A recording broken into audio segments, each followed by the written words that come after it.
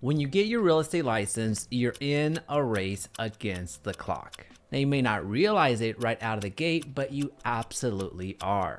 Because you're actually in a race to get a transaction done as quickly as possible so you can start recouping back a lot of the investment that you made to get your real estate license. So today, I'm going to share with you how to spend your time effectively to ensure that you get into a transaction within the next 30 days. So make sure to stay to the end because there's actually one time hack that I'm going to share with you that's going to save you hours every single week. Now, if we're just meeting, welcome to Agent Startup Academy, where we train the next generation of top producing agents. All right, so let's get right into your day-to-day schedule. What do you as a real estate agent need to be focusing on daily? Well, when you get started in your real estate journey, just think about 10, 80, 10. 10% of the time, you're going to focus on preparing to do business. 80% of the time, you're going to focus on getting the business. And 10% of the time, you're going to focus on working the business. Now, we're going to unpack this schedule further, but it's important that you realize where this is coming from. 80% of your time when you're starting out in real estate should be focused on you going out there and trying to secure a client. Think of this as the sales portion in real estate. Think of this as you trying to sell yourself to a future buyer and a future seller to work with you. And if we're being honest, this is actually the non-glamorous part of real estate, where we as real estate agents want to spend the majority of our time is actually working with the clients that already want to work with us. But unfortunately, when we get started out in real estate, we don't have that many clients to work with. So that's why when we get started, we only spend about 10% of our time actually doing the real estating, because again, we don't have clients to do real estate with. Now here's the visual of what your day-to-day looks like. For the first part of your day, you're spending 10% of the time sharpening your skill set. This means you learning how to do contracts, how to speak with buyers, how to speak with sellers, how to motivate yourself, how to actually improve as a real estate agent. Now, this part of the day is actually something that should never leave you, regardless of if you're doing 1 transaction per year or 100 transactions per year. Essentially, the sharper that you are, the more effective you're going to be. The less swings that it's going to take you to actually land a client. But one piece of advice here, don't overdo this. Don't spend your entire day trying to sharpen the sword.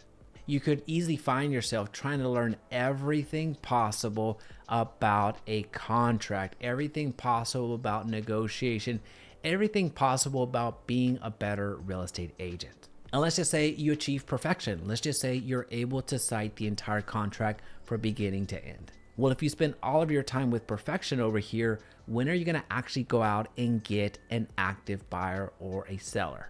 Now, this is something that I myself fell into. I wanted to be so prepared for when that time came for me to actually work with the clients that I spent so much time over here, really not focused on getting clients, that at the beginning of my real estate journey, the start was pretty slow. But let's continue. The majority of your time is going to actually be spent on you going out there and procuring a client. This means you're going to spend a large portion of your day prospecting. Now, if you watched any of our other videos, you know that we operate on the 4x1 matrix. This involves you working your sphere of influence, 1 active prospecting strategy, 1 passive marketing strategy, and 1 social media platform. Now, during this 80% of the time where you're actually procuring clients, you're also following up with leads. You're following up with individuals that have expressed interest in working with you. In other words, you're following up so as to convert. And in the same 80%, you're spending the time going out on appointments, whether it's buyer appointments or listing appointments. Once again, 80% of your time is spent on procuring clients, especially if you have big goals, if you're trying to get your real estate career started off right, or if you're trying to get to that next level. Now, I know that 80% may sound way over-indexed on procuring a client, essentially getting business. But here's the reality. A lot of the agents, especially coming from a year that we just came from, get out of business not because they didn't know how to do the business altogether, it's because they didn't have enough buyers or sellers to work with. And that's something that you have to guard against, especially as you start your real estate career. Now, the last 10% of your time should be allocated towards showings and contracting. Now, this portion right here is essentially when you have converted a lead into a client. Now you're doing the real estating part. Now you're actually in the game. Now there's a client involved. Now there's a client sending you properties that they want to go see. At this point, you're in the game. At this point, you have clients that are sending you homes that they want to go see. Now, at this point, you can go and show those homes to those clients and really work your magic and try to get something under contract. So if you break this daily formula down, the first part of your day is preparing yourself. The second part of your day is preparing for the leads. And the third part of the day is preparing for your clients. If you follow this 10-80-10 ratio, as you get your real estate career off the ground, you're going to see some radical results. Because what often happens is a lot of real estate agents spend so much time over-indexing on the preparedness, trying to get everything right, and oftentimes fail to actually go out there and procure a client. Or the other way around, agents spend so much time going and doing showings or pre-showings, never really actually having a client to work with, going and trying to get everything right from the showings, from the contracting. But once again, failing that important part of actually going out there and getting a buyer, going out there and getting a seller. Now, the one thing that I have to warn you about, especially as a real estate agent, aka an entrepreneur, is that do not, and I repeat, do not fall for the, hey, do you have 15 minutes? When somebody asks for 15 minutes of your time, whether it's your family, whether it's a lead, whether it's anybody else, when somebody asks you for 15 minutes of your time, understand that it's never 15 minutes. They're actually asking for 60 minutes. They're asking for an hour of your time. When somebody asks you for 15 minutes of your time, oftentimes you're going to be spending 5 to 10 minutes just prepping for that conversation.